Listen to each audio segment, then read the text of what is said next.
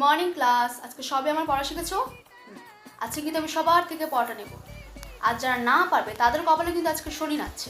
এই যে তুমি দাঁড়াও, বলো ভূগোল কাকে বলে? পারো না? ঠিক আছে, যখন আপনার তখন দাঁড়িয়ে থাকো, ক্লাস শেষে আমি তোমাকে সোজা প্রিন্সিপালের কাছে নিয়ে যাবো। এই স্তরটি ভাই বোনের সব থেকে উঁচু স্তরের মধ্যে পড়ে। এই যে তোমরা দুজন দাঁড়াও, কি কথা বলছো তোমরা দুজন? আমাকে বলো, আমি একটু শুনি। বলো। তোমরা দুজন সোজা বাইরে যাও, ওখানে কান ধরে দাঁড়িয়ে থাকো। যাও যাও। এই যে আপনি, কালকে শুনে কেন আসেননি? আচ্ছা, আপনার জ্বর ছিল তো চায়ের দোকানে কি আপনি ডাক্তার দেখাতে গেছিলেন? আপনার ডাক্তার কি চায়ের দোকানে গিয়ে বসে? এই তুই পারবে পাতাল বসিস করে? হ্যাঁ, টিচারের সময় পারবে পাতালে বসতে নিতে জানিস না? বেসিক ম্যানার্সটাও কিন্তু শিখিস নি। পানামা তোর কত মানুষে আমি একটা পদ্ধতি থেকে পড়ি যে গলা ব্যথা করে ফেলেছি, আর তোরা পড়াটা এখন শিখতে পারছিস ঠিক করে? এখন তো মনে হচ্ছে আমি তোদেরকে ঠিক করে পাশও করাতে পারবো না, তোদের যে অবস্থা দেখছি। করা থাকতে পারছি, একটার পড়াশোনা আমি কোনো নামগন্ধ নেই।